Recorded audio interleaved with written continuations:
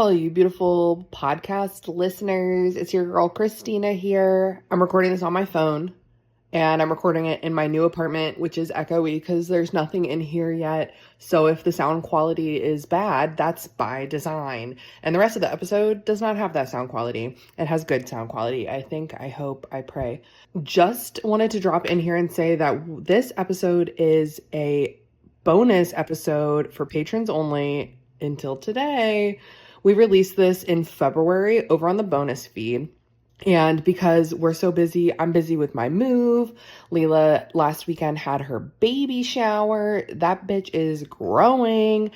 We just wanted to release I just didn't want to do any work this week. Everything's chaos. I had to switch from Verizon to Xfinity and it's ruining my life. So I'm just focusing on me this week. So we're releasing this previously paywalled episode from the bonus show, and this is a perfect opportunity to shout out our patrons. If you listen to this episode, if you like this episode, you can thank a patron for the fact that it exists, because we have so much fun over on the bonus show talking about stuff that isn't so cringe, isn't so fucked up, doesn't make us regret the person we used to be, etc., etc. We do fun stuff over on the bonus show, and I think that this is a really fun episode. There's a non-zero amount of cringe. I mean, we are who we are, but it's a fun, historical story, and it ties in neatly with Pride Month, and it also ties in neatly with Valentine's Day, which is when we originally released this. So I think you're going to love it, and we love you, patrons, regular listeners who are just hearing this for the first time. We love you too, just a little less. So enjoy the episode, and enjoy the episode. I don't know why I said and. I'm Christina Kahn. And I'm Leela Hilton. And this is Burn After Reading, the podcast about stuff that is cool. Valentine's Day edition. Happy Valentine's Day, Leela. Happy Valentine's Day, Christina. I love you. I love thee. And patrons, we love you. We love you even more than we love each other. Yeah. Well, yeah, in different ways, I'd say. Different ways. Different ways. I definitely am grateful to the patrons because too. That's why we make our bonus show. Without patrons, we wouldn't do it because we like making the show a lot, but not enough to do it for no one. Yes. So Thanks for watching and listening. Yeah, patrons, if you don't know this, we produce videos of most of our episodes, including our bonus episodes. So with the $5 a month tier, you also get videos. So if you're listening to this on your podcast app, that's great. If you'd rather watch it, you can see that in our Patreon. Yeah. A good investment of $5 hairs, if you ask me. Yeah, indeed. Which you already did, so good job. Yeah. Leela, what is something that has been bringing you joy lately? Okay, good, because I thought you were going to say cringing, and I was like, I'm out. We're out of cringe. No, what's something that's been bringing you joy? Okay. Let me see. Okay, last night, Jason made me a delicious sandwich. It was so good. Mm-hmm. He's really good at making a couple specific things that he's made our whole relationship, and then I just take care of everything else that we eat. Mm-hmm. Yeah, I feel you. I'm the primary bread maker also. Yeah. It is just like a turkey sub, but he does caramelized onions and then grills the turkey. Anything with caramelized onions is good to me. So good. And then he grills the turkey with it. It's really thin deli sliced turkey. So he grills it all together with it. And then he puts those, those peppers that you can get at the deli. That's it's pickled peppers.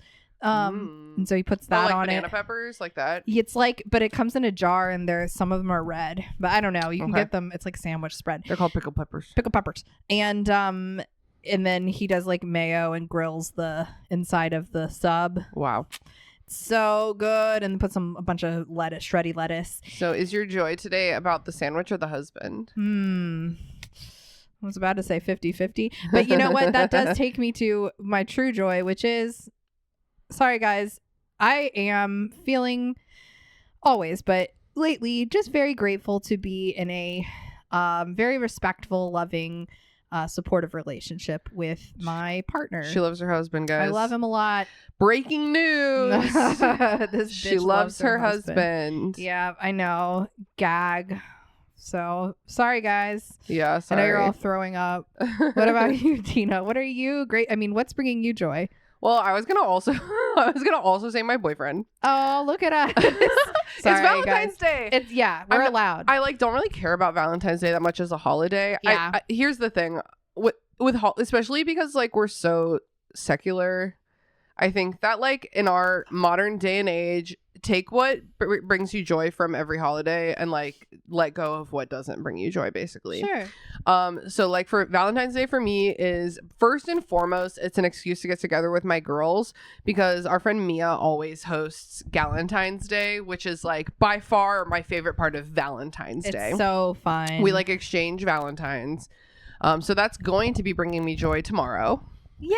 Yeah, I'm really excited. And then like I like Valentine's Day as an opportunity to like reflect on like a relationship you're in, whether it's like platonic or romantic. I like the opportunity to like do a fun thing. I'm not the kind of person who's like, we have to go out to dinner on the craziest fancy dinner night of the year. No, and I'm also at this point where I'm like, please don't buy me jewelry. Like, I don't need you to buy me anything nice. It's if you want to out of the goodness of your heart, that's fine. But like, just let me know beforehand, because if you don't, then I will not be buying you a present. Yeah, definitely. I'm like a big like I will buy you something small if I'm thinking of you. Yeah. If I'm like, wow, that's really cute. But like, I'm not going to be like, what do I get him for Valentine's Day? Yeah. What happens is that then you end up, for me, I end up scrambling, and then our house just ends up full of junk that we're both too scared to get rid of. Exactly. Full of junk. Yes. So anyway, I like to take what serves me from Valentine's Day, and I kind of get rid of the rest. So today, Valentine's Day, which we're not recording it today, but I don't think I've told you this yet, but me and Greer are doing a program at Pocahontas State Park called Cupid's Arrow. It's a 2-hour-long archery lesson. Isn't that so fun? It's like all ages.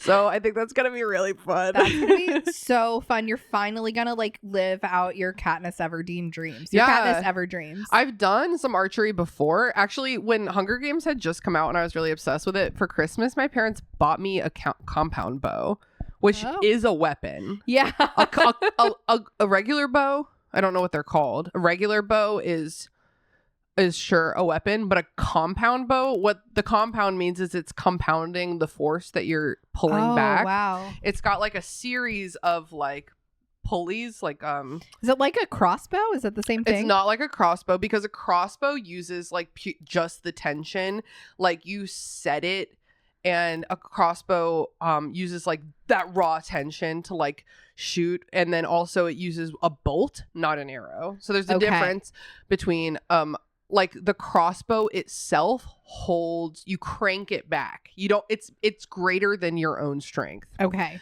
A regular bow, like Robin Hood, that is like your own strength. Yeah. You pull the string back. A compound bow uses science, simple tools to compound the force you're pulling back and make it a greater strength when it finally flies. So anyway, I used to own a compound bow just for funsies when I lived in the woods.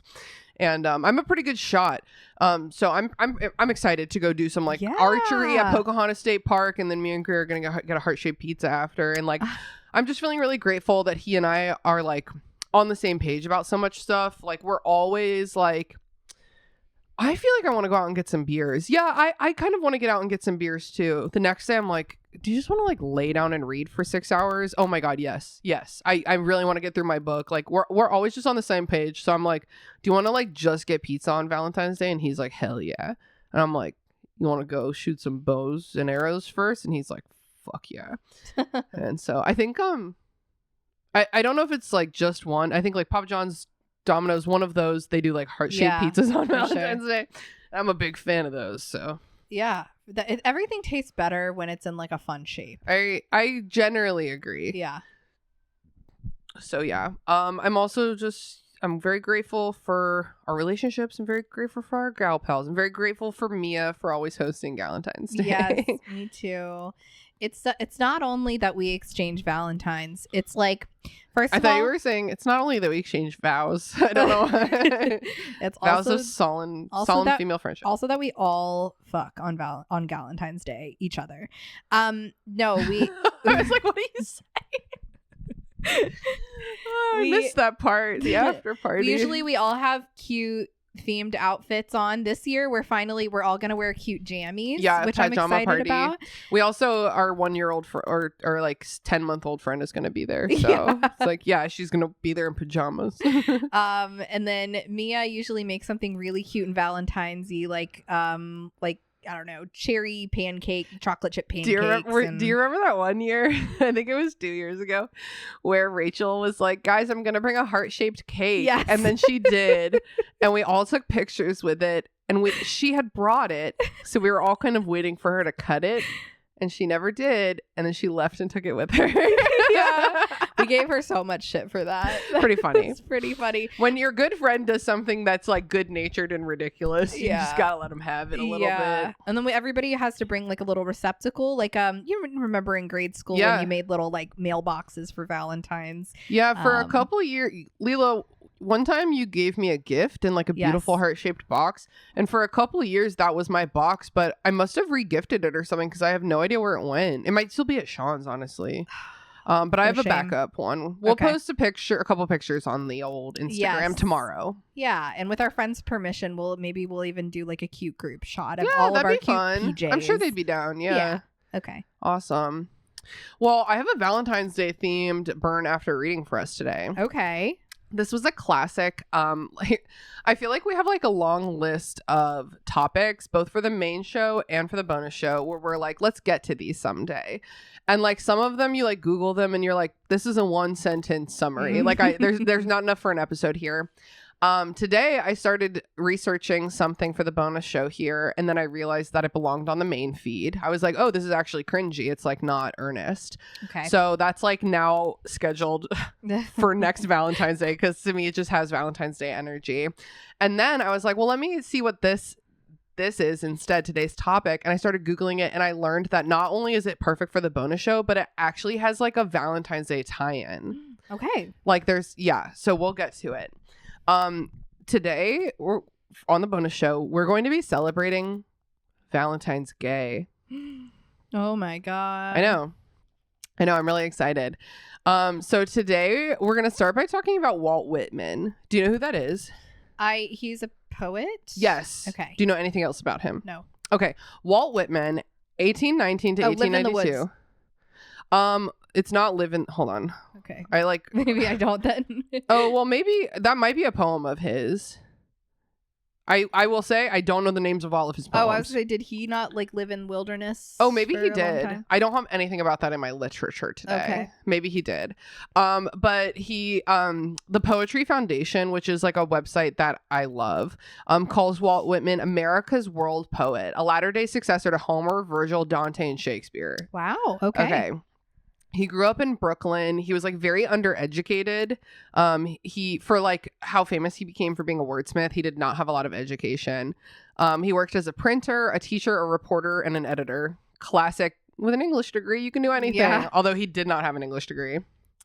And so he ultimately gained his renown. He like became a celebrated poet. Well, he became a famous poet. When he self-published Leaves of Grass in 1855. Does Leaves of Grass ring a bell? Yes. Okay, that's great. It didn't ring a bell for me. It rings a bell because you were just talking about it at lunch. Oh my God. Oh, that was House of Leaves. Yeah, that was shit. That was House of Leaves, which is, I'm going to say this, different. Okay. No, House of Leaves, he self-published it. I think this is back when self-publishing was like cool and normal. It did not have the stigma that it does today, I think. Yes. So Leaves of Grass, 1855. Ralph Waldo Emerson, another famous poet. Don't know anything he did, but I know he's famous. Yeah. He said that the first edition, Leaves of Grass, was the most extraordinary piece of wit and wisdom that America has yet contributed. Wow. I know. Here's the kicker. Leaves of Grass was super gay. Oh my God. In 1855. Okay. Wow. There's this, they called every resource that I was looking at called it a cluster of poems, called Calamus. A cluster, like a cluster migraine, like they're all happening together. Okay. I guess as you're like reading it, it's like a section. I would probably call it a section. Okay. But Calamus is like a cluster of poems in Leaves of Grass. which first appeared in the 1860 edition. So like if you're looking at Leaves of Grass, there's several editions. In this, we'll talk about the 1855 edition, which is the original self-published edition. The 1860 edition featured Calamus, all these gay poems. And then the 1868 edition was first published in the UK under the name, I think, just like Poems of Walt Whitman. And that was like a heavily censored version for like British sensibilities, right? Okay. So Calamus is a cluster of poems in the second edition that celebrates manly love, right? Which has been interpreted as homoerotic, and like I'll say that I also feel like it's homoerotic. Okay. Do you want to read one of the poems that the one I was looking through this Calamus section, and I googled Walt Whitman's gayest poem. They're not like, I think that like by our contemporary sensibilities, it's like there's no P and B. Sure. Like it could be gayer. Yeah. But I will say that like for the time, I think that it's pretty gay. You want to read this for us? Yes. It's free verse, so just give yourself some grace with like how you're going to. You know what I mean? Like, yeah. I don't think you need a real rhythm necessarily, especially since we're not very practiced in reading poetry. No, I not know what do. But okay. Titled When I Heard at the Close of the Day. I think that's just the first. That's like a classic. He didn't name it, and that's just like the first line of the poem. Okay. You know what I mean? When I heard at the close of the day how my name had been received with plaudits in the capital, still it was not a happy night for me that followed. And else, when I caroused or when my plans were accomplished, still I was not happy. But the day when I rose at dawn from the bed of perfect health, refreshed, singing, and hailing the ripe breath of autumn, when I saw the full moon in the west grow pale and disappear in the morning light, when I wandered alone over the beach and undressing, bathed, laughing with the cool waters, and saw the sun rise, and when I thought how my dear friend, my lover, was on his way coming, then that's pretty clear. My lover, his, right? Yeah. Was on his way coming. Oh, then was I happy. Okay. Oh, then each breath tasted sweeter. And all that day my food nourished me more, and the beautiful day passed well. And the next came with equal joy, and with the next at evening came my friend. And that night, while all was still, I heard the waters roll slowly, continually up the shores. I heard the hissing rustle of the liquid and sands as directed to me, whispering to congratulate me.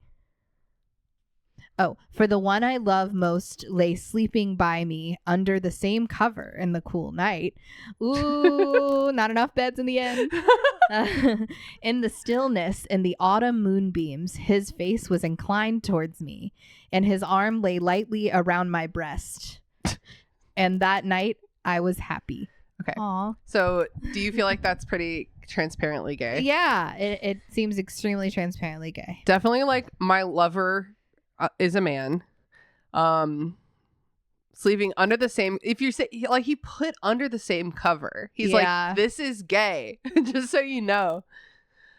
So he like chose not to censor his poetry at a time when other poets would have. He was writing from his like true self.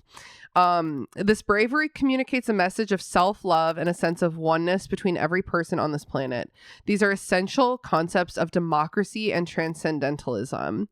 Whitman's courageous language, use of free verse, enforces a positive message to everyone, and especially to those LGBTQ plus individuals who struggle with shame and acceptance within themselves or within a society. He does that while also encouraging people to act in order to shape the government as a reflection of its people. So you can see why someone who isn't put off by the gayness would be like, this is very American, you know? Yeah. Like each man to himself. Each man to himself, and bask in and celebrate the beauty of our country. Yeah. Also, yeah. Yeah. So how do you think this was received? So 1860s, Queen Victoria is still. It's in. This is America. This is America in the 50s. In the 1850s? Yeah, the 1850s. Okay. The 1950s would have been pretty bad too. Yeah. I don't know. I think it's really beautiful, but I think that any inclination of homoeroticism would have been deeply illegal. Yeah. So Yeah, the Longman Anthology of Poetry, which Longman is like a big name in like literature anthologies. I studied Longman text in college, and so every time one pops up in our research, I get like slightly triggered. But according to the Longman Anthology of Poetry, Whitman received little public acclaim for his poems during his lifetime for several reasons. This openness regarding sex, his self-presentation as a rough working man, and his stylistic innovations. I think that the second two he could have overcome, but it really is just like being open about being queer. yeah, It's like Emily Dickinson had weird style. And Yeah. well, and people were like, what a depressed woman, give her a lobotomy. yeah. But a poet who, quote, abandoned the regular meter and rhyme patterns of his contemporaries, like Emily Dickinson. It's like, I'm not going to be constrained by your meter. Whitman was influenced by the long cadences and rhetorical strategies of biblical poetry. That to me feels like a diss. I could see that though. There's a lot of like poetry that feels like this in Song of Songs. What song? Is that a Bible thing? It's a book in the Bible that is I've never very heard of that. sexual. What? Yeah. Tell me a little bit more about that. I don't know anything about that. Let's see. How, like, in what way is it sexual? Is it sexual in like an Old Testament kind of way? Like we must populate the earth? It's sexual in a way that's a lover. It's a man like writing poetry to his lover, his female lover. But it's part of the Bible? Yeah. What's the religious purpose of it? Sorry, you're not a I think historian, he was obviously. I'm not a biblical historian, but I believe he was like he was some kind of follower of God. Like he was prolific in some way, and he was like super in love with his betrothed. So I think it was okay, but he's like, he talks about like her mountains and like her, the way she smells. We all know what those mountains are, idiot. It's very sexual. And it's very beautiful. The poetry is really pretty. Okay. So it reminds me, I can see why it would be like that. And also nothing rhymes because it's been translated 18,000 times. Yeah, that's the trouble. So I will say that when he published Leaves of Grass, Whitman was fired from his job at the Department of the Interior. Wow. That's government, baby. Damn. Can't be gay in the government. No. But when he republished it in 1868 in the UK, that heavily censored version found like more fans, basically. I'm not sure exactly why, if it was because like there wasn't as much gay stuff in there, or if it was because there was like something else going on in the literary scene in the UK. But people or maybe because in the UK, hearing this is really American is like not as much of like a threat. Yeah. You know what I mean? Like it's not they're not saying anything about you. Wonder by censoring if they mean like they changed all the male pronouns. Like no, it was just like a lot less poems. Oh, okay. Yeah, they didn't change anything. Oh, okay. Yeah, they just took out the gay poems basically. Okay. And he was mad about that. He didn't like that, but I think that was the way he was able to get it published in the UK. Yeah. So I bet you have no idea where I'm going next. I don't know where. Have you ever heard of a man named Bram Stoker? Yes. Are you surprised? Yes, I am surprised. Who's Bram Stoker? I think it's actually Bram Stoker or something. Something it's more like German. Bram Stoker, yeah. He wrote Dracula. He did famously write Dracula. So around this time, Bram Stoker was in his early 20s and Whitman was in his late 40s by the time that Leaves of Grass got to the UK. Again, it was called Poems by Walt Whitman, but it was Leaves of Grass. Okay. So Bram, I'm gonna call him Bram because I'm American. Yeah. He at this time he was not published. He was like just a guy who was just writing and not yet published. He had grown up like a really sickly kid. He turned into a buff man. Good for him. Yeah, a big buff baby. But I think that like for a lot of people, I mean, have you ever met a hot guy who used to be like fat? Yes. And they have like such a better personality than men who have always been hot? 100%. We love an ugly duckling syndrome boy. Yeah, ugly duckling syndrome, exactly. Like I suspect that might play into why he is such a good writer. Like if he was a sickly kid, he said that he like couldn't remember even standing on his own 2 feet until he was like 7, 8, 9. Whoa. Most of his early memories were just being carried from room to room. So I think that like for that kind of person, I'm thinking of that kid from The Secret Garden too. It's like, what are you gonna do? You're gonna read, idiot. So Stoker, he first encountered Walt Whitman, straight up period. The first time he ever heard about Walt Whitman was in a book review in the Temple Bar, a London magazine for town and country readers. I'm going to read, actually, I want you to read this selection. Most of it is the quote from the review, but some of it is description. Here you go. Okay. The reviewer took issue with Whitman constantly inserting himself into his work.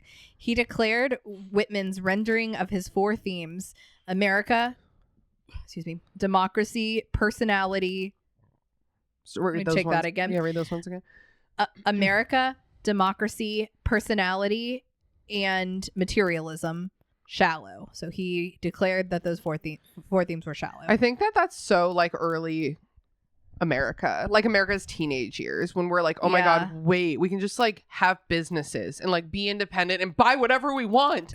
And that's the dream. Quote, unable, just like many of his somewhat less boisterous contemporaries, to understand the vast problem presented by the past, present, and future of the world.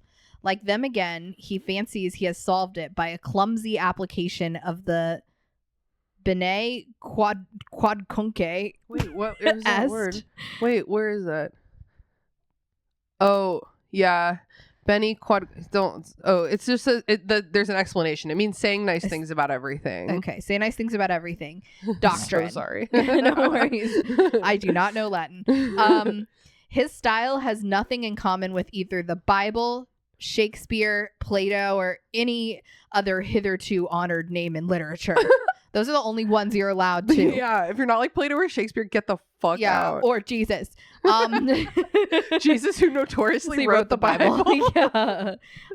Semicolon. But that his grotesque, ungrammatical, and repulsive rhapsodies can be fitly compared only to the painful ravings of maniacs' dens. Okay. I love this. I love cunty writing. I love it so much. It has been said of Mr. Whitman by one of his warmest admirers, he is democracy. We really think he is. In his compositions, at least, being like it, ignorant, sanguine, noisy, coarse, and chaotic! Exclamation mark. It's at the end of it. Yeah. I love that so much. Okay, so that guy did not like him. I love it so much. So Bram Stoker, when he found the poems by Walt Whitman, the censored UK version, him and some friends found it. They were like, just like we did with like 50 Shades of Grey. They were like, why does he hate this so much? Let's find out. No, your peeps are out and about. He was like, we have to find out why this guy hates this so much. So him and his friends found a copy of poems by Walt Whitman, and they like read it, and they were like roasting him together. They were like, fuck this. This is so bad and stupid. But a couple of years later, Bram Stoker overheard someone quoting Whitman somewhere, and he was like, you know what? That's not that bad, actually. He was like, maybe I was wrong. So he found a copy of the original Leaves of Grass, and he read it himself without his peers. And he was like, wait, I think that I actually really like Walt Whitman. He was so, in fact, overwhelmed by adoration for Walt Whitman that he became like a really passionate fan right away. And so for 4 years in his late 20s, Bram Stoker was just like reading Whitman and being like a passionate fan. At the time he was working in theater, he was single, and he was around 30, which is like an old bachelor. Yeah, you know what I mean? He finally did get married when he was 30 years old. He entered into a celibate union with Florence Balcombe, who had been previously courted by Oscar Wilde. Okay, I'm seeing. I was gonna say celibate union is giving lavender marriage. make that noise at the top of my stairs a I lot. understand. Yes. Celibate Wait. union. You have to wait for them to slam the door. Okay.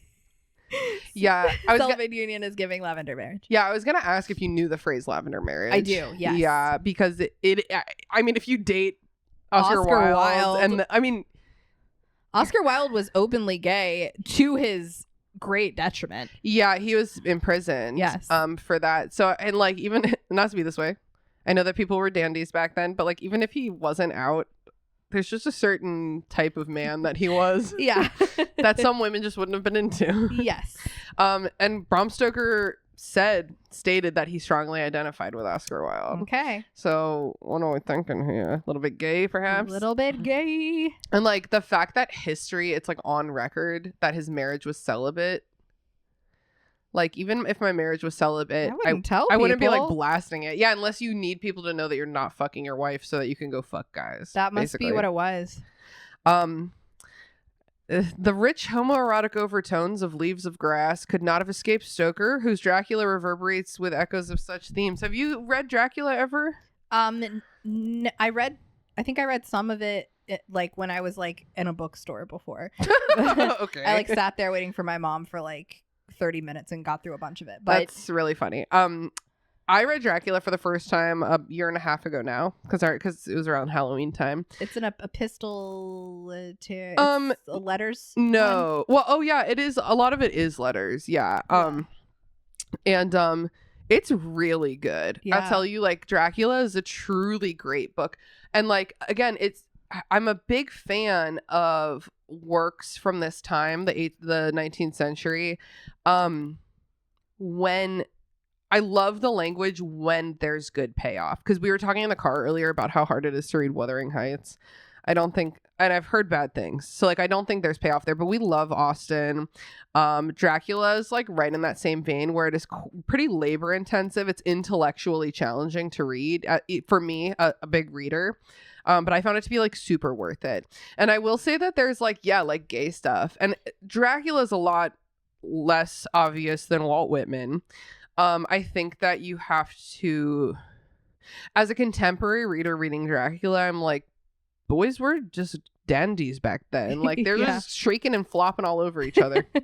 But I think that, like, definitely there's some homoeroticism there between, especially like Jonathan Harker, I think is the name of the guy at the beginning. I mean, he's the guy through the whole thing. And Dracula himself. There's a lot of like encounters where the guy's like, are you trying to fuck me, or are you a vampire, or are you just European? You know what I mean? Who knows? Wow, that's funny. What about the very polite cowboy? Anything gay there? Could be. That's like one of the first things I remember about Haley.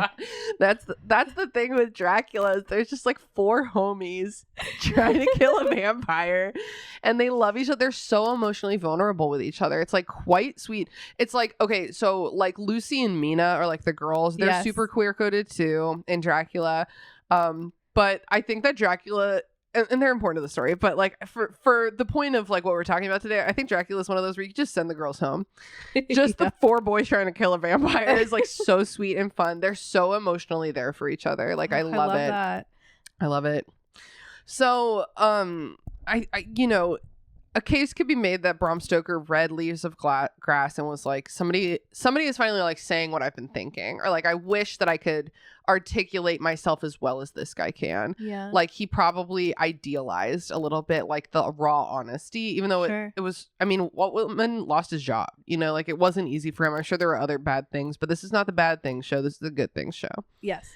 So, like 4 years after he originally read Leaves of Grass, the uncensored version, I don't know if something happened to him. There's not a lot of information about this. We don't know if something happened to him, Bram Stoker, or if he just like reread it and felt really moved. But he wrote a long stream of consciousness letter to Walt Whitman.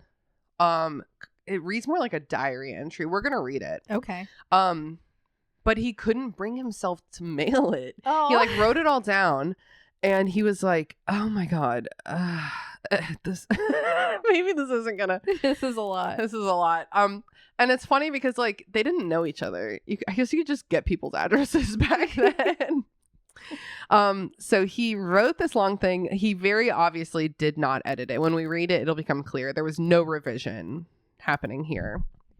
And he put it in his desk for 4 years. Wow. Yeah. For 4 years, it sat in his desk. Quote, it haunted his desk, part muse and part goblin.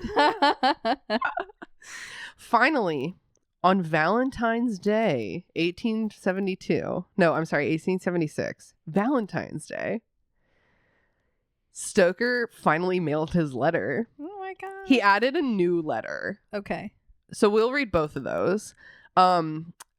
At this time, he wasn't even married yet. At this time, he was 28. He had just started getting his short stories published. So he was not very well known. He was living in Ireland, and something moved him to something moved him. And then 4 years later, something else moved him. Okay. So he sent this letter, and we're going to read it. Well, we're going to read both the letters. So do you think we should read the stream of consciousness letter first, or should we frame it with the letter that he was... Oh, vacuuming. In the hall? That's really bad timing, dude. Shit.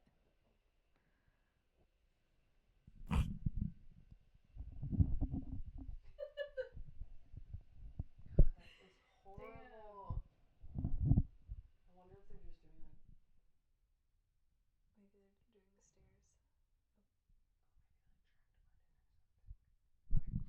Okay, so I think we should read the framing letter first, and then Okay. like the crazy letter. Okay. And like, sorry for using the word crazy, the frenetic letter. Okay.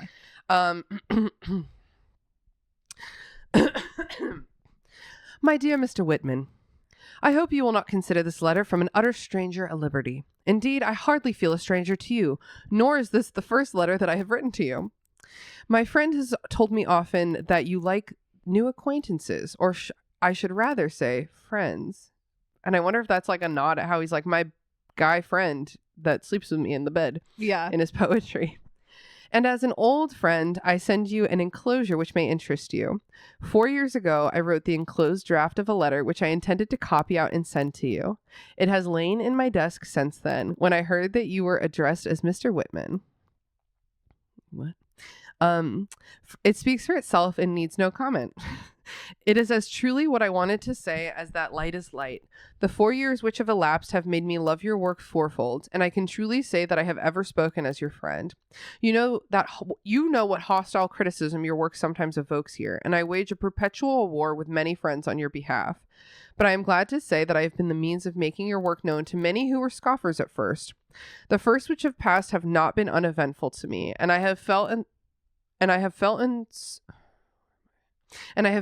thought and suffered much in them, and I can truly say that from you I have had much pleasure and much consolation. And I do believe that your open, earnest speech has not been thrown away on me, or that my life and thought fail to be marked with its impress. I write this openly because I feel that with you one must be open. We have just had tonight a hot debate on your genius at the Fortnightly Club, in which I had the privilege of putting forward my views, I think with success. Do not think me cheeky for writing this. I only hope we may sometime meet, and I shall be able perhaps to say what I cannot write. Gay. Yay. Dowden mutual friend, promised to get me a copy of your new edition, and I hope that for any other work which you may have, you will let me always be an early subscriber. I'm sorry that you're not strong. Whitman had a couple years earlier a stroke, and he was like basically completely bedridden at this time. Okay. I am sorry that you're not strong. Many of us are hoping to see you in Ireland, because he was in, I think, like New Jersey or something, recovering. We had arranged to have a meeting for you. I do not know if you like getting letters. If you do, I shall only be too happy to send you news of how thought goes among the men I know. With truest wishes for your health and happiness, believe me, your friend, Bram Stoker. All right, how are you feeling from that? That's very sweet. Very sweet. Let me see.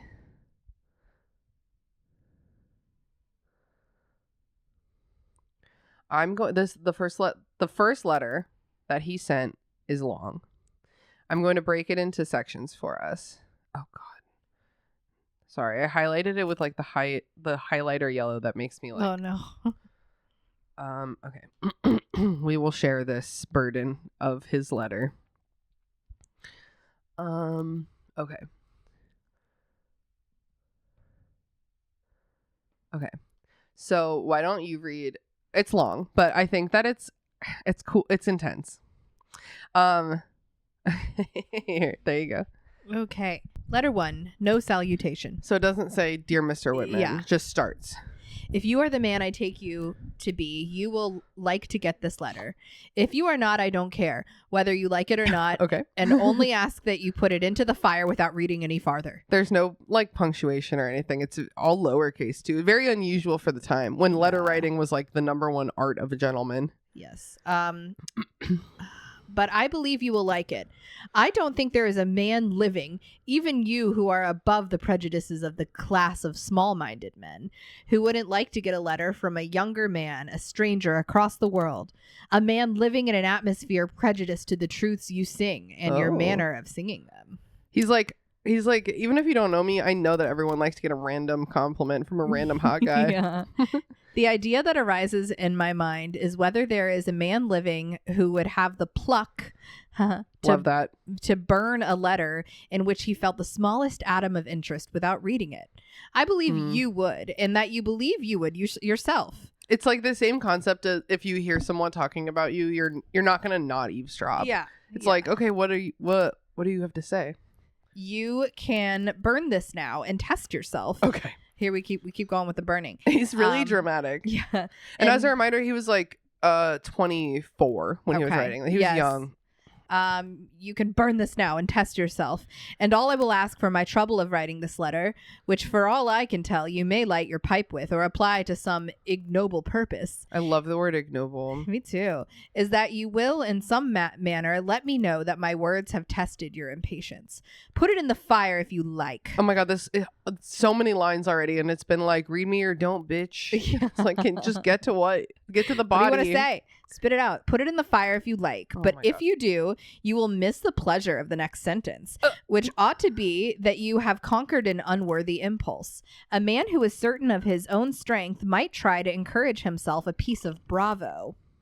But a man who can write, as you have written, the most candid words that ever fell from the lips of a mortal man, a man to whose candor Rousseau's Confessions is reticence. It means like unwillingness to talk. Okay. Can have no fear for his own strength. If you have gone this far, you may read the letter, and I feel in writing it that I'm talking to you. If I were before your face, I would like to shake hands with you. Okay, great. For I feel that I would like you.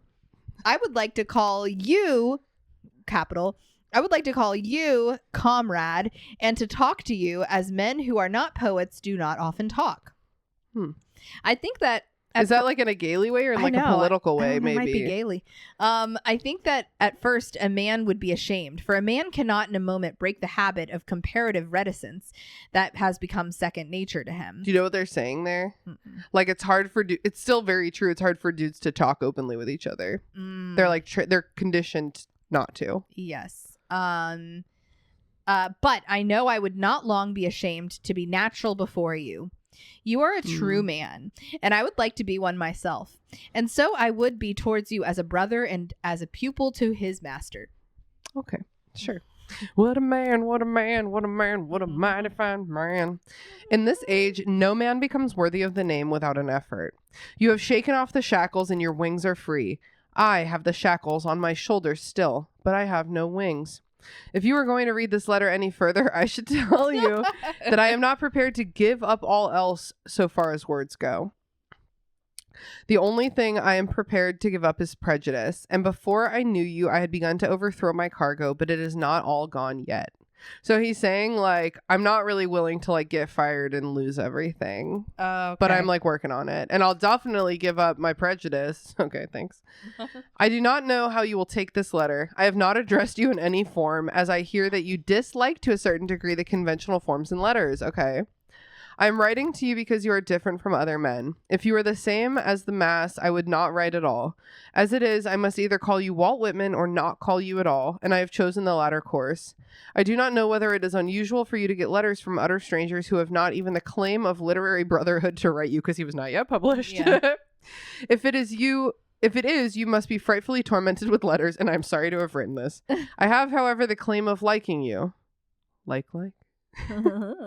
For your words are your own soul, and even if you do not read my letter, it is no less a pleasure for me to write it. Shelley wrote to William Godwin, and they became friends. I am not Shelley, and you are not Godwin, and so I will only hope that sometime I may meet you face to face and perhaps shake hands with you. We already covered Shelley, and let's just say that he was on the main show. Yes. If I ever do, it will be one of the greatest pleasures of my life. The way I came to you is this. A notice of your poems appeared some 2 years ago or more in Temple Bar magazine. I glanced at it and took its dictum as final and laughed at you among friends. I say it to my own shame, but not to regret, for it has taught me a lesson to last my life out without ever having seen your poems. Honestly, that's like a good lesson to learn. Like, you can't just like take someone else. I feel like this is really easy to happen among friends, and like we definitely have been known to do this before as well with just dumb shit all the time, where it's like, yeah, how do we feel about this? You know? Oh, you guys think it's dumb? I must be fucking dumb. I must be dumb. Yeah. More than a year after, I heard two men in college talking of you. One of them had your book and was reading aloud some passages at which they both laughed. They chose only those passages which are most foreign to British ears and made fun of them. Something struck me that I had judged you hastily. I took home the volume and read far into the night. Since then, I have to thank you for many happy hours, for I have read your poems with my door locked late at night. A little bit of masturbating happening. A little bit. And I have read them on the seashore, where I could look all around me and see no more sign of human life than the ships out at sea. And here often I found myself waking up from a reverie with the book open before me, just like in a trance of like poetry. I love all poetry. Wow, he and I are different. Yeah. Even Walt Whitman, I like recognize like after my research what he's done for like the face of poetry and literature. But I still, when you were reading that one, I was like, oh, I don't like any of this. Yeah. I love all poetry, and high generous thoughts make the tears rush to my eyes, but sometimes a word or phrase of yours takes me away from the world around me and places me in an ideal land surrounded by realities more than any poem I ever read. We are unfortunately only 2/3 of the way done. Woo! You got this, girl. Okay.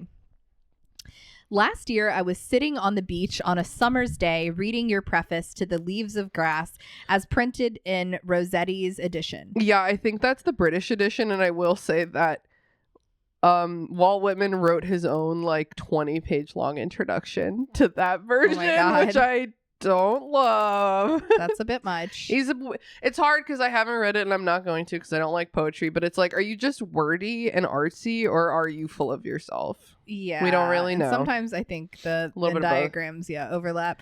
The Venn diagram. Okay. In Rossetti's edition, for Rossetti is all I have got till I get the complete set of your works, which I have ordered from America. One thought struck me, and I pondered over it. Really quickly, that is like how like obviously the British edition had been published by then, but that is before the British edition. Or if you wanted to read the full Leaves of Grass, you had to get an American to give it to you. Like you could not find the way that you can buy British editions like online now or something. Like you had to know somebody who could get you the American edition. And like, yeah, people were like trading Leaves of Grass like a illicit substance. Yeah. Gay literature, illicit. One thought struck me, and I pondered over it for several hours. The weather-beaten vessels entering new ports. You wrote the words, know them better than I do. And to you who sing of your land of progress, the words have a meaning that I can only imagine. But be assured of this, Walt Whitman. Okay. He's like, I'm going to call you Walt Whitman or call you nothing. And I guess I'll call you nothing. But now he's like, Walt Whitman. That a man of less than half your own age, reared a conservative in a conservative country, and who has always heard your name cried down by the great mass of people who mention it, Here felt his heart leap towards you across the Atlantic and his soul swelling at the words, or rather the thoughts. You should wink with the other eye so the video viewers Soul- can see it. Soul swelling. Okay. It is vain Something for swelling. Yeah. It is vain for me to quote in instances of what why do you these sentences are crazy. Let me see. It is vain for me to quote in instances of what thoughts of yours I like best. Yeah, I think that's a typo. It's vain for me to quote an instance of what. Just skip that whole part. Okay. It is vain for me to quote what thoughts of yours I like best. Yes, for I like them all. And you and you must feel you are reading the true words of one who feels with you. You see, I have called you by your name. I have been more candid with you, have said... Is Call Me By Your Name about Walt Whitman? Oh my God. Do you know anything about that movie? I do not. I'm going to Google it right now. Hold on. I don't know anything about that movie. Isn't it Timothy? Yeah, it's Timothy and that guy who's a cannibal. Armie Hammer. Armie Hammer, yeah. Give me just 1 second. Because I do feel like I remember it being a gay energy. It is a gay. Oh, give me a second. Give me the plot. Oh, no. It is not by your name. It is not about Walt Whitman, but I do think that it's gay, so maybe it's like based on a quote or something. I don't think I even understand that quote. Call me by your name. Okay. Like Me neither. the like the Montero Call Me By Your Name. I love that song, but I don't think I understand. Call me by your name. Let's see what what did he just say? Like Sorry that I just stole this from you. You see, I have called you by your name. Okay, that's not Okay, went off the deep end on that one. Yeah, that's not related to anything. Call me by You see, yeah, that if I was fucking someone and they were like Greer. Yes, Greer. I'd be like, no, that's you. That's you, silly. All right. You see, I have called you by your name. I have been more candid with you. That sounds exactly like what you're supposed to do. But he's saying the same thing I did. He's like, I'm not going to call you by your name. And then he's like, well, I did Well, I just did. I've said more about myself to you than I have said to anyone before. I feel like you've said nothing. Burn it if you want to. I don't care. So revealing. You will not be angry with me if you have read so far. You will not laugh at me for writing this to you. It was Leela's like little admonishing fingers. I don't think the right tone, but it's really cute. It was no small effort that I began to write, and I feel reluctant to stop. We can tell. But I must not tire you anymore. If you would ever care to have more, you can imagine. For you have a great heart. How much pleasure it would be to me to write more to you. I think pleasure doesn't have the sexual connotation it does these days. No, maybe it's more of a Chick-fil-A, my pleasure situation. Yes, I think yes. How Yes. sweet a thing it is for a strong, healthy man with a woman's eye and a child's wishes to feel that he can speak to a man who can be, if he wishes, father and brother and wife to his soul. Is that the end? No, there's one more. Okay. I'm like, just was I like, need what to read is that that? with my eyes. I don't think you will laugh, Walt Whitman, nor despise me, but We both snapped our teeth. What do you call that? I don't know. I feel like we just need to drink more water. I think it's called sucking your teeth, actually. I go. Nor despise me, We do need to drink more water. but at all events, I thank you for the love and sympathy you have given me in common with my kind. Yes. The gays. Yes. Gaily, Bram Stoker. Gaily. No, it just says Bram Stoker. Okay, first things first. I learned recently that professional audiobook narrators start reading with their mouths open to avoid that horrible sound. Yeah. Okay. That's so smart. The article I pulled this letter from also pointed out like my kind. Like what do, because he could obviously mean writers. Sure. But it does feel to me, maybe because I'm viewing this with a lens, that it is like a thinly veiled way of saying like MLM, but not that kind, the other kind. What's the other kind? Men loving men. Oh, okay. Yeah, I think that you're right because, and it's vague enough that like if it was intercepted by anyone, that nobody would be like, "Oh, you mean you're gay kind?" I don't know. Well, especially if they didn't know Walt Whitman. That's the thing. If they didn't know Walt Whitman, but I do feel like, yeah, I feel like Walt Whitman is picking up what he's putting down here. I also feel like when he said like I've revealed more about myself than I've revealed to anyone before, I feel like what he's talking about is him saying like I wish men could be more open with each other. Yeah. Which at the time was like just really inappropriate and like indecent, you know? Yeah. And I mean maybe that's why, because then you said Bram Stoker's all of his male characters are like so bromance with each other. Yes, in a way that like Austen's male characters are not necessarily. Sure. Although I will say there's like a 80 or 70 year difference between those two books. And also Austen, I'm thinking of Pride and Prejudice since I don't remember the specifics of anything else, but she only has two boy characters really, and they're besties. Yeah, that's true. But I do think that Dracula is an exception. Like I think Dracula, the boy shenanigans are like the best part of that book by far.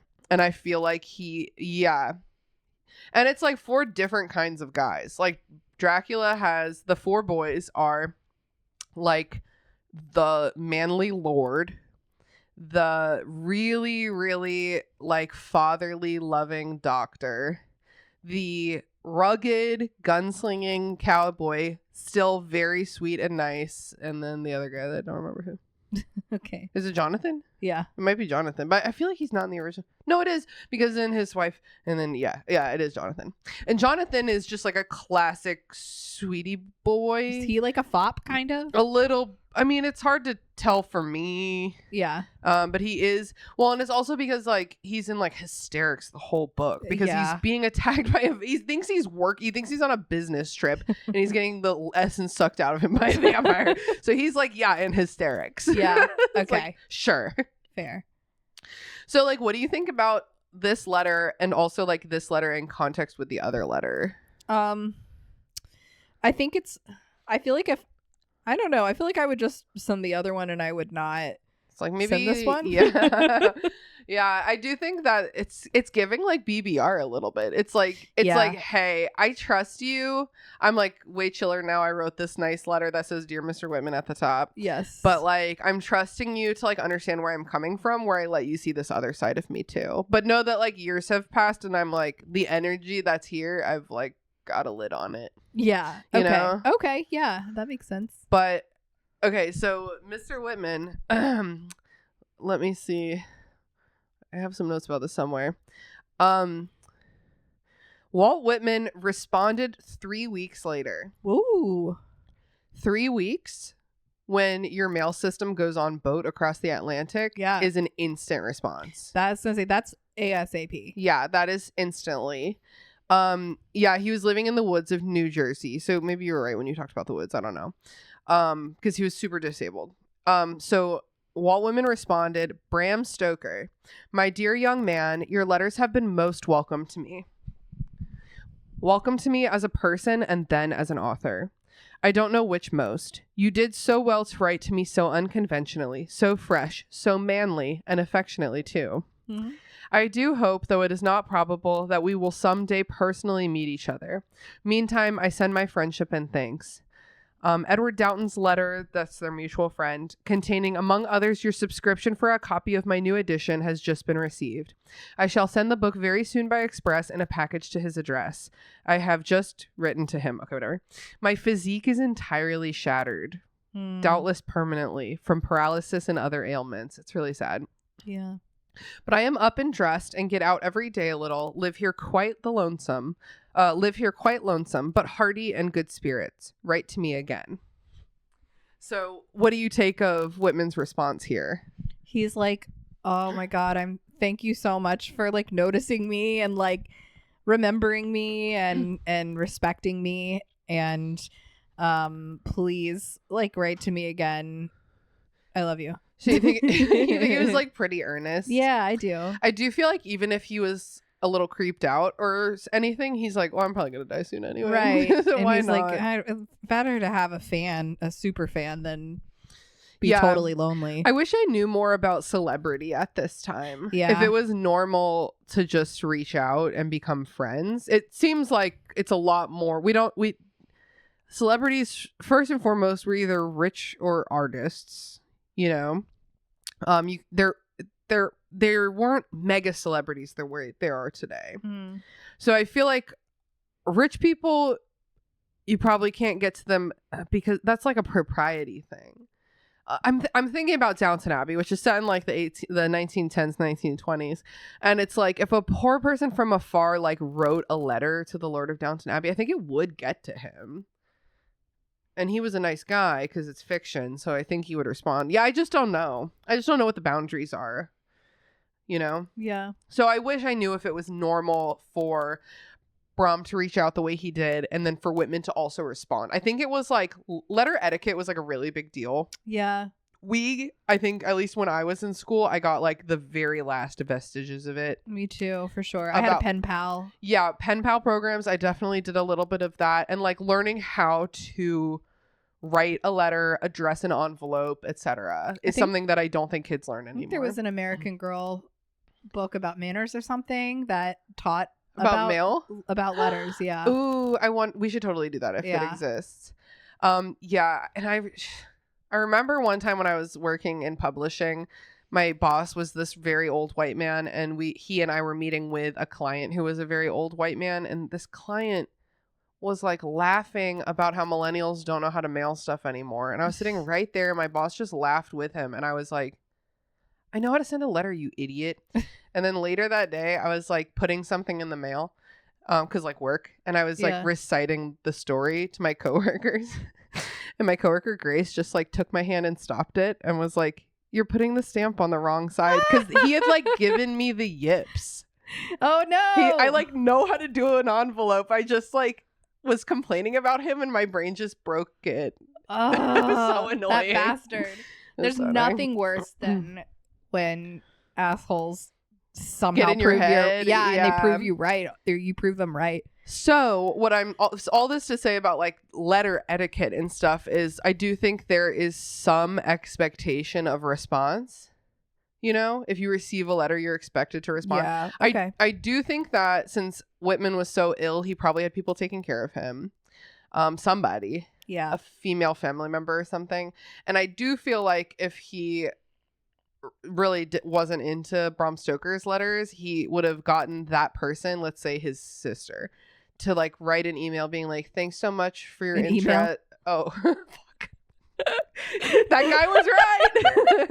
To write a letter to Bram Stoker being like, thanks so much for your letter. Walt Whitman is really sick. He unfortunately like can't write by hand anymore. Like whatever, he's too ill to write, but your letter's been received and appreciated, thank you. You know what I mean? To just kind of politely shut it down. Yes, like a classic auto response, but like but like 1860 whatever version of it.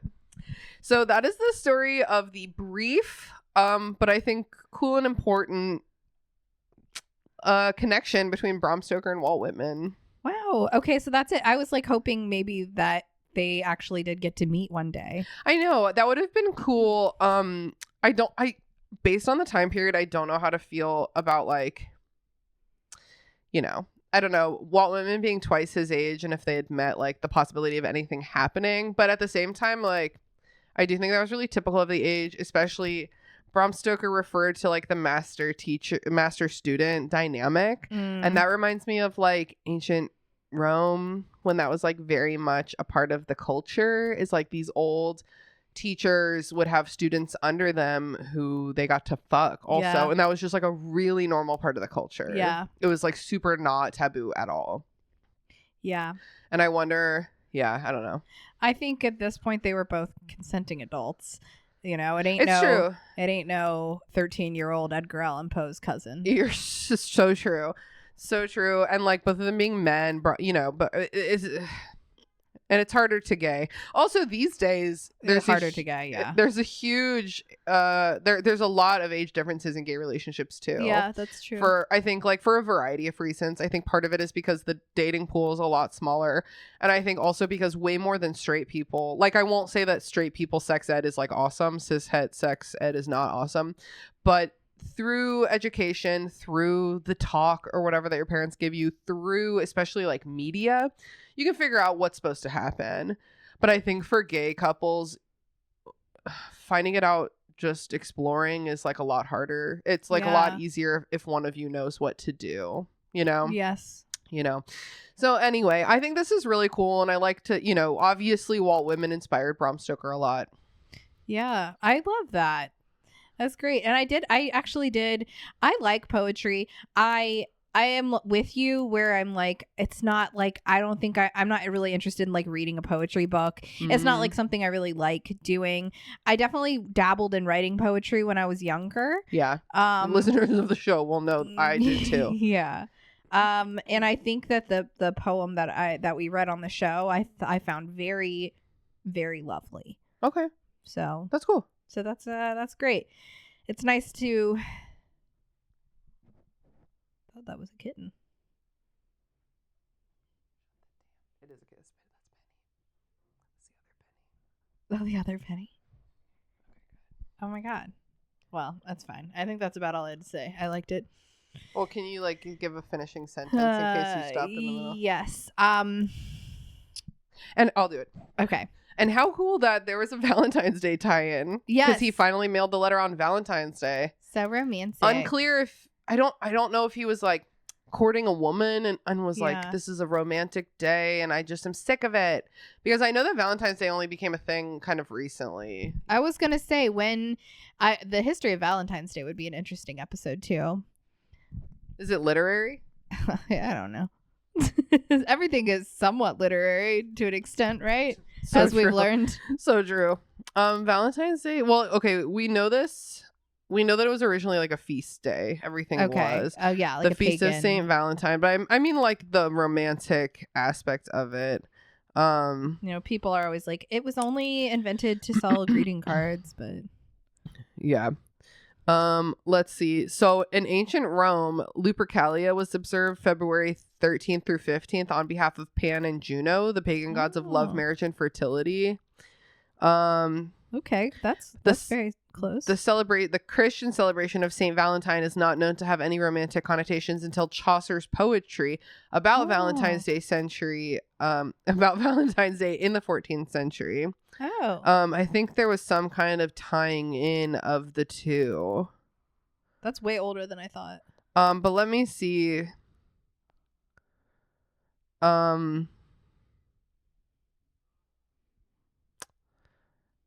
The practice of sending Valentines originated in the Middle Ages. Whoa. With no link to Lupercalia, with boys drawing the names of girls at random. Okay. Okay. So apparently Valentine's Day is old as shit. That would be a cool bonus episode, because on the bonus show, we can do whatever we want. Exactly. The cat. All pennies are whiny as fuck. So there. Any last thoughts about Walt Whitman, Bram Stoker, or Valentine's Day, baby? No, but I think I want to try to read Dracula. Yeah. Maybe I'll try to read it for Halloween. I feel like that would be start on October 1st. Totes of probes. It is dense to get through. Yeah. I think it's super worth it. I remember really liking it when I read it as a teenager in the bookstore. So stupid. You read 4 pages. No, I think I skipped randomly to like a random part and then read a big chunk of it. I'm chaotic. But it was like a really good part. I will say the nurse or whoever was like, that garlic was so smelly in her bedroom. I took it all down. Yes. They're like, you idiot. I will say, like I say this with so much love and respect. It's like Party Central up in this building.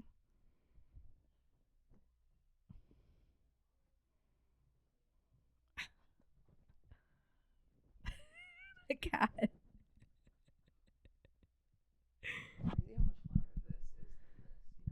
Yeah. I will say, and I mean this with like all love and respect, like if you were just sitting there for like less than an hour, I don't think you could have read like a big chunk. It's really dense to get through. All right, who knows? I probably got through a chapter. Yeah, but like I don't even. The chapters are so long and dense. Oh, really? Too. But I think you could have read a scene, like the page where that happens for sure. Okay. I think in 30 minutes I could probably read maybe like 5 pages of Dracula. It's really dense. Okay. Yeah. But anyway, I think you should, but it will take you the whole month for sure. Okay. Well, I'll try my darndest. Hell yeah. Here we go. Well, that's it for Burn After Reading. Until next month, remember, we love you. We love you so much. We love you, patrons. Happy day. Happy Valentine's Day, however you choose to celebrate. Happy Valentine's Gay. Happy Valentine's Gay. Bye. Bye. Thanks for listening to Burn Before Reading. Created by me, Christina Kahn. Hosted and produced by Christina Kahn and me, Leela Hilton. Logo designed by Michael Hardison. Follow him on Instagram at RoyGBivRVA or check out his work at wildlingpress.com. Theme music by Sakura Wishes. Find me online at Christina Kahn. And find me at Leels for Reels. Follow the podcast on Instagram and Tumblr at BurnBeforePod. Or feel free to give us an email at burnbeforepod@gmail.com. Thanks for listening, friends. See you next time.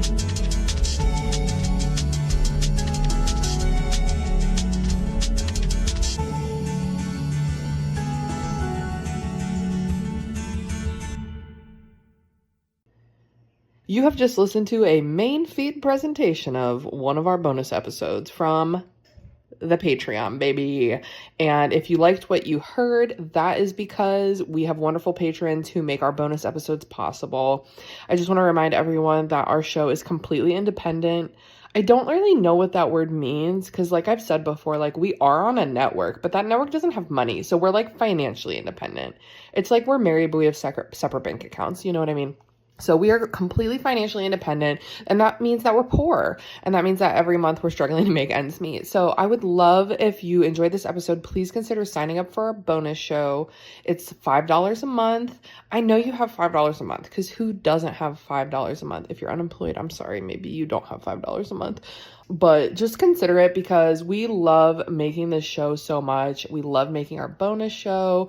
We're hoping to kind of kick up the stuff that we're offering to our patrons as bonuses like after the baby comes, which will be like probably early next year. Yeah, if you sign up for the $5 a month tier, you get access to the bonus episodes, one a month. You also get access to the Discord where we do a bunch of fun stuff. We've talked about it a lot on this main feed. It's just because it's such a wonderful community. We want everyone to be involved. So just consider it. Consider financially supporting us. And if you don't feel like you can financially support us, I totally understand. Girl, I am poor too. That's why I'm out here begging for money. What you can do is one of two things. You can leave us a review on Spotify or Apple. That would be awesome. If you go to leave a review on Apple, they actually let you write something. I don't think Spotify lets you write reviews. You can do like a star rating, but on Apple, they do let you write something. So maybe like a haiku. If you leave us a review with a haiku, we'll read that on the show.